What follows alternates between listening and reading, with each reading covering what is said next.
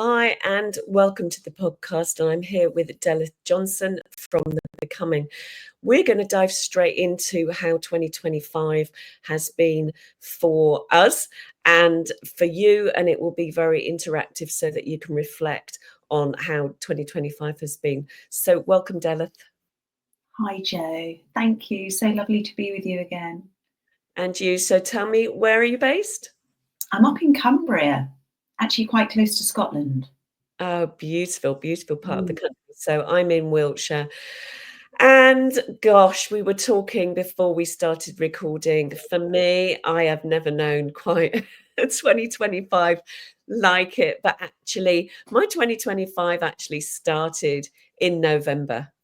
I really got very present to starting to feel into 2025, and mid-November I started to make intentions around my health.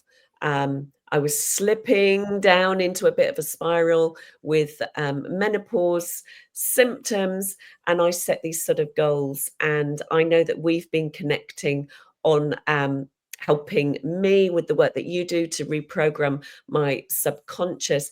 And I believe the work that I was doing in November has kind of then started to activate a very different kind of approach to 2025. So that's me starting off, just so that, because I know I get so much meaning by working in seasons and cycles and, breaking lots of patterns and relationship patterns. But that was me. I started this journey in mid-November. So how about you? I feel that 2024 has set me up for 2025. And I spent, I would say, most of 2024, but it started in 2023, consciously reprogramming my subconscious mind.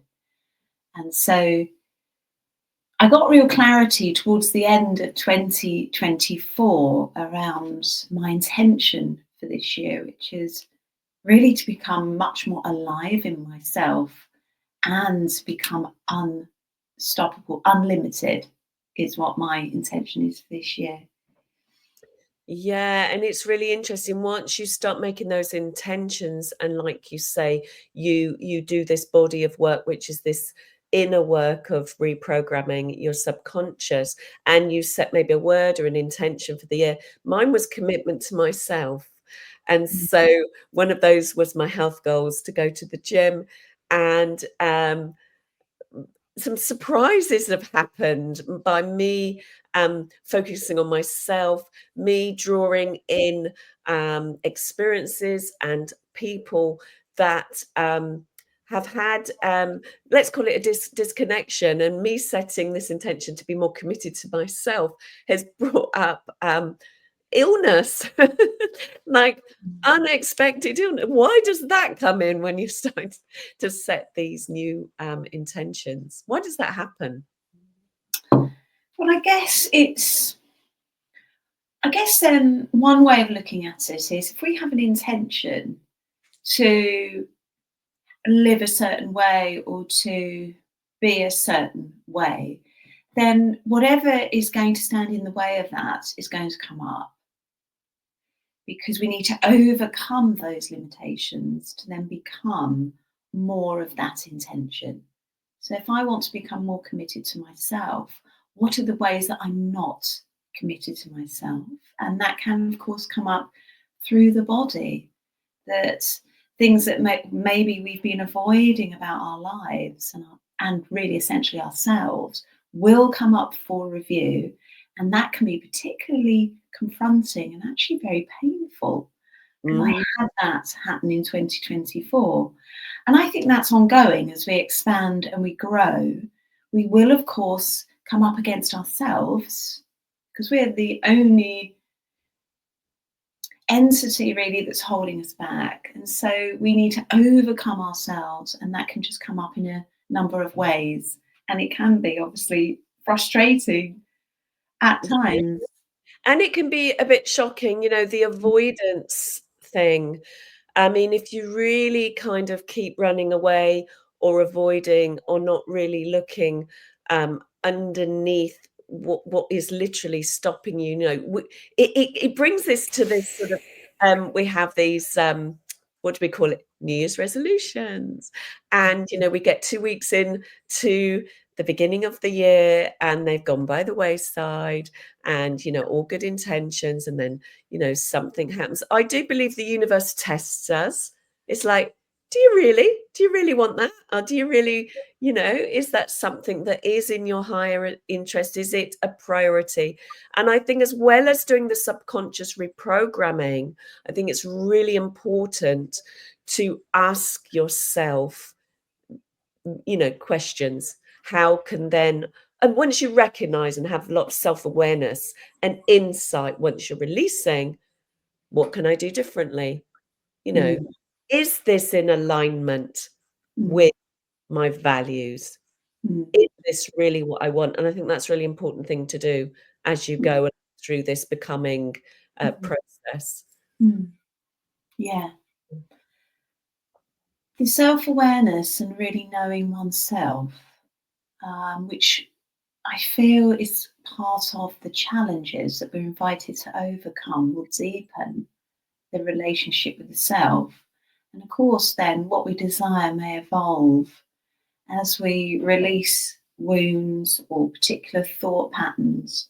We kind of evolve we evolve beyond maybe our old vision, let's say. It may have a similar thread to it, but actually it may be more expansive now. We can be more free in how it arrives in our lives rather than trying to control it, which is what I know I used to do, would be to try and control how something arrived. Yes. Um, and so that, I think, is something that we can all struggle with. But the more that we can let go of that control and allow something to come into form or arrive in our lives, there's less stress and friction and contraction around it. It's a bit of a dance, you know, with ourselves constantly. Um, yeah. Tell me Yeah. about. Sorry, go on, Yeah, Joe. go on. No, I was going to just sort of say, you know, fear lives Mm, under control, mm, and we're only really run by love or fear. So mm, for me, I felt a massive whoosh of beautiful energy at the beginning of the year. Like it was so light and bright and so expansive, like you say. And I have just felt that whooshy, lovely, gorgeous energy and dived into it and explored it and laughed and giggled and also cried and, you know, shared lots of things in a very short period of time.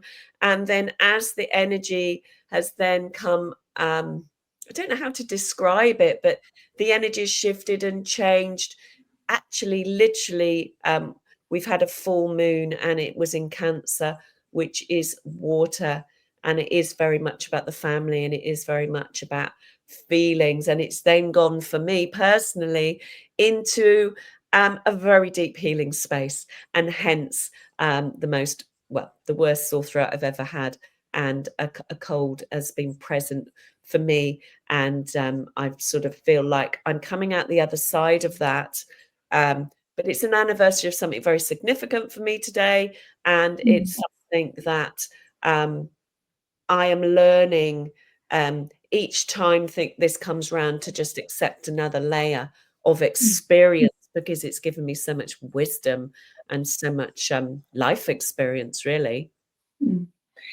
And so, would you say, Joe, that throughout the last few weeks, since the 1st of January to this point, there's been an invitation to commit to yourself more so, which is your intention for 2025? It is. It is, with a few curveballs in, Yeah. like, this is how you do commitment. This is how you get love. It's all about someone else, not Mhm. about you. And I think, Angela, you're making me giggle because you know where we're going.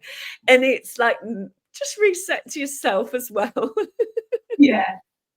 Yeah, so your intention has a life of its own, and so you set the intention, and then life invites you to really deepen that and explore it in maybe ways that you just never imagined. No, Yeah. exactly. Yeah. Exactly. And I think what is great, it's okay, as long as you're not necessarily going into, any kind of real poor pity me victimhood, it's okay to have a surrendering to, like, my experiences of being ill, often with asthma or eczema or chest infections, whatever, as a child, having I'm a winter baby, so I'm a February baby, um, of missing out, on, the school trips and the going and playing in the snow. We were talking about the snow. Mm, Um, and it's okay when the body starts to release, like, this is life, we get the highs and we get the lows, and it's how also we relate, with the bumps in the road, how we manage that. And so for me, I was masking a lot of bravery to be strong, and then actually, I've had a bit of the crash, and gone into self nurturing, and quite quickly, really, come out of. I just got the tail end, but mm, come out of that. Yeah, I needed to be self nurturing, and I needed to acknowledge, that I'm feeling a bit poorly, or I was feeling a bit poorly, and I can feel better as well. mm. Is that something you struggled with in the past to do? Right. Yeah. Yeah, because it would be perceived to be a sign of weakness, and actually vulnerability is my greatest strength, and it goes back to what you were saying about this resistance piece, Mm, and actually letting go of control and go, "Oh my god, no, my nervous system needs to let go. This is a lot. This mm, is a lot to process." And it's okay to do that, isn't it? mm. So again, that intention of commitment to myself. So if I'm not well, can I love myself enough to say I'm going to have to down tools? Um, I have to just rest and be in that vulnerability, because that may feel very vulnerable for somebody to say. If their old identity was I have to push on through. You There know, you go, soldiering on. Got to yeah, soldiering push on. through, got to soldier on, and that's interesting, really interesting what you've said to me. I kind of had a bit of a sort of shift. It's breaking those old inherent patterns, programs that we just need to keep going and we need to soldier through, because I would say, um that, yeah, I'm a carer by nature, and I do the best I can to look after myself. But we all love to be looked after, Mm, um, but we can give ourselves a disservice mm, when we, shield, put a wall, protect, go, "I'm okay," when I'm not. And, you're bringing out that side in me, I guess people that listen to the podcast won't really always see me, sharing about me. mm, It's all about everyone else, because I do find that if I do show an interest in others, it does help me to not be any kind of self-absorbing. I think it's a really beautiful way, to share your own nature, and I do that. But you are bringing out that side, and that was our discussion today, mm. wasn't it? It was an invitation, wasn't it? It's Yeah. an invitation. So yeah, for me, it's been, setting that intention, and then dealing with and feeling into what has come up in the full moon energy. Um, Give us a few more days, and we'll be in a PowerPoint of between full moon and new moon Monday. So that's a great reflection time. For anyone, the whole point of us sharing like this is to relate with anybody else, because I know there's a lot of people, that have been really poorly. I Mm, mean, connecting with people. How are you? How are you? And they're like, oh my God, my husband's ill. I'm ill. The kids are ill. And so the invitation is to go, I need a reset. And what is there? So how has 2025 been for you? You talked about the unexpected snow you've had, and how comes this snow experience has sort of, I say, connected you, or it's connecting you on a deeper level to your limited 2025? Yeah. Um, so I was poorly just before Christmas. Yes, you were. Yeah, I had a massive cold, the worst I'd had in a few years, which I kind of see as a clear out. It's just like a cellular detox, but it doesn't mean to say that it's pleasant or that it's easy, and it can be really rough. Um, I'm very different in that way that I can just go, no, I'm not working. I've always been like that. Um, so I just rested, and it took longer than I thought. But it gave me space for real clarity. Um, I'm involved in a group, and the guy there said, you can always ask, what is this giving me, or what is this stopping me from doing if you become poorly? And I thought that's really interesting. And I thought it's not stopping me from doing anything. And what I mean by that is it can be a mechanism to not do something if it feels too edgy or you're out of your comfort zone. And I thought it's giving me time, it's giving me space to rest and really integrate this year. And I'm going to take it. So come the 1st of January, I felt very energized. And then the snow came, and I live in the countryside. A woman where I live said she'd not seen snow like this. And I asked her, how long have you lived here? And she said her whole life. So she'd never seen snow like it. And it was like being in a different part of the world. So it was like having a holiday at home because the environment had completely changed. And it was just magical. And it was that activation. It really was like my inner child came alive.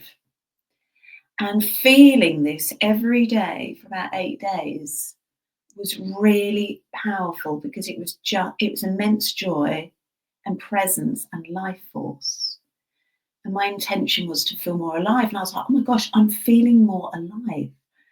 And that has just instigated things that weren't in my mind on the 1st of January. So I'm going to learn how to ski.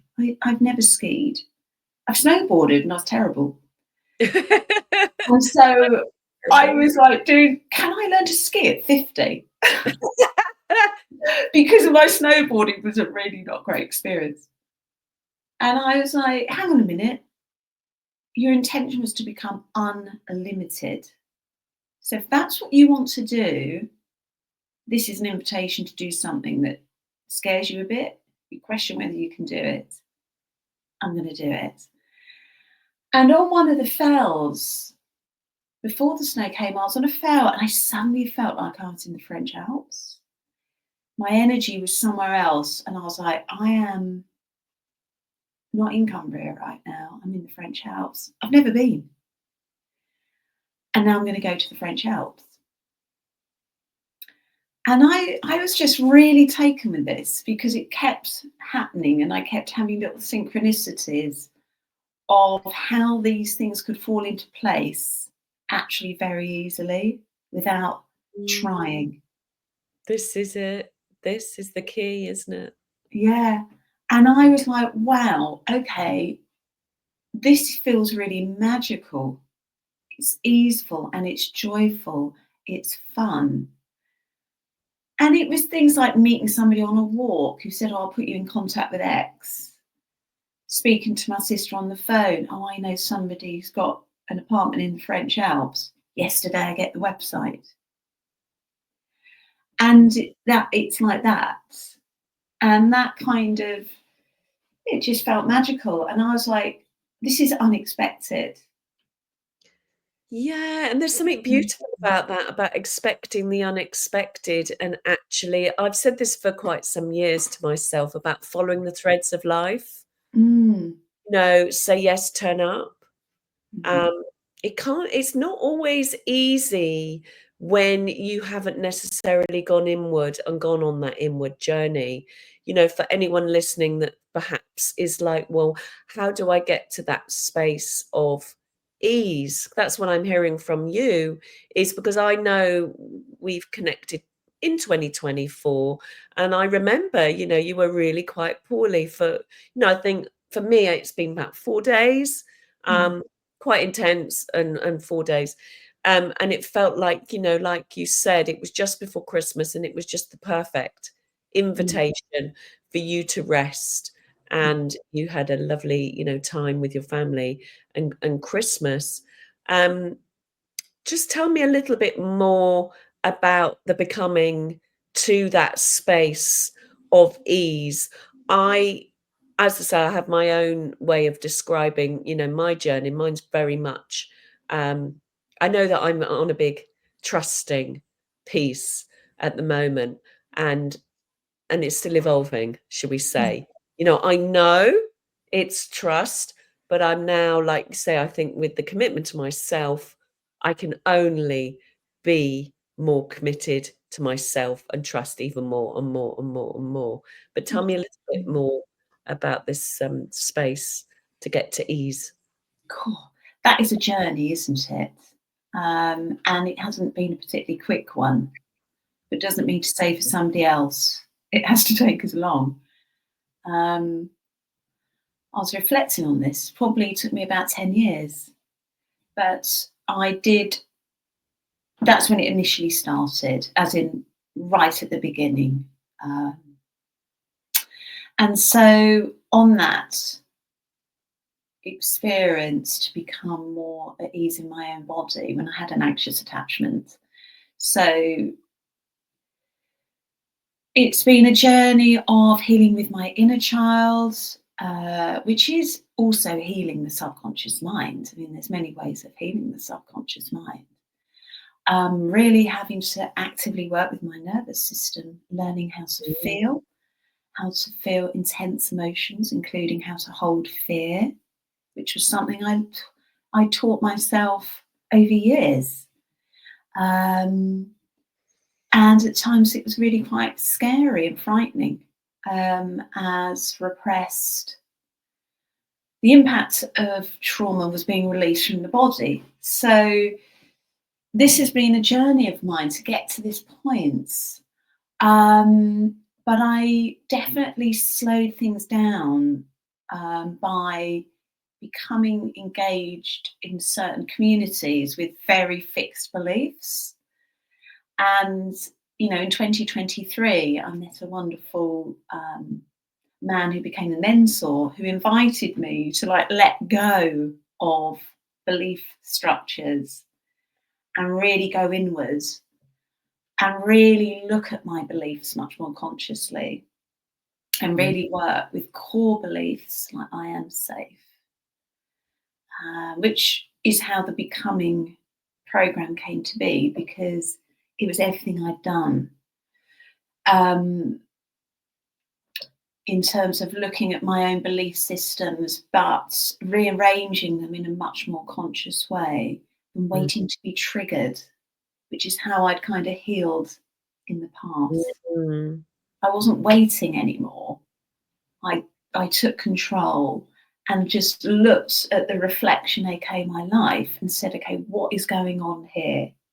Okay. I took that information as direct feedback about myself, about my beliefs, and I started to shift them. And there's a real pattern. They're very classic inner child wounds of not feeling safe, not feeling seen. I can't trust myself. I can't trust others. I don't trust the world. They're very core belief systems they are. in response to traumatic events, which most humans have had in certain degrees or through differing experiences. The impact on the self is, the same. And looking at self-love, self-worth was massive for me.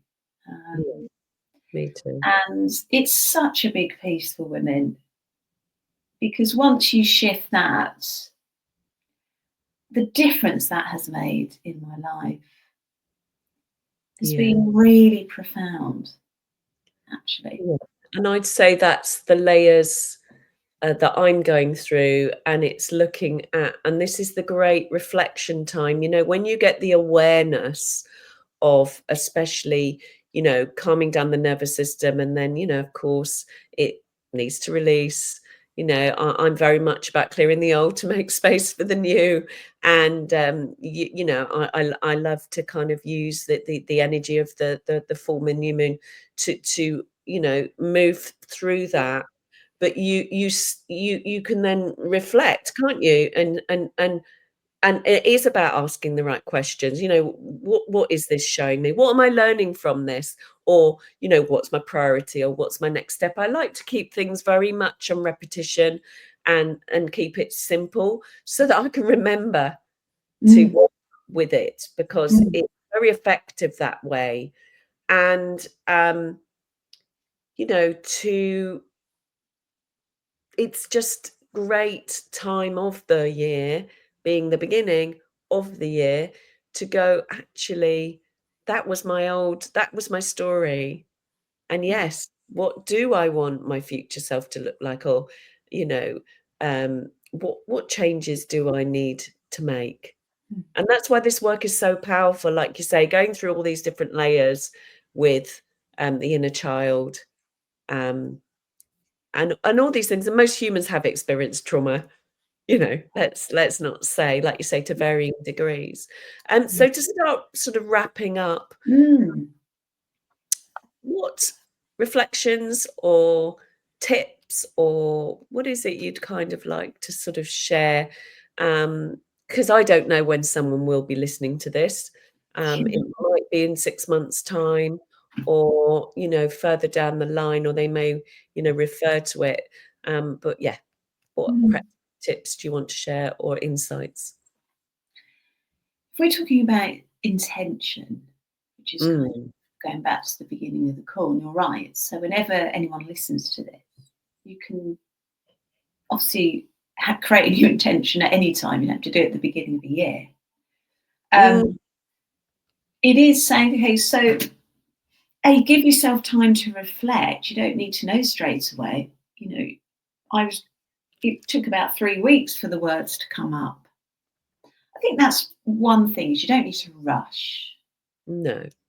Um, be kind to yourself, be compassionate to yourself, and just tune in and what do I want to feel more of? What do I want to feel more of? Is it more joy? Is it more freedom? Is it more peace? Is it more abundance? Is it more adventure? What are the things, or the thing that you want to feel and experience more of? Because that then can become your intention in one word. So it could be adventure. And then Mm, you can see what life invites you to explore. And know that you're allowed to want what you want, or to desire what you desire.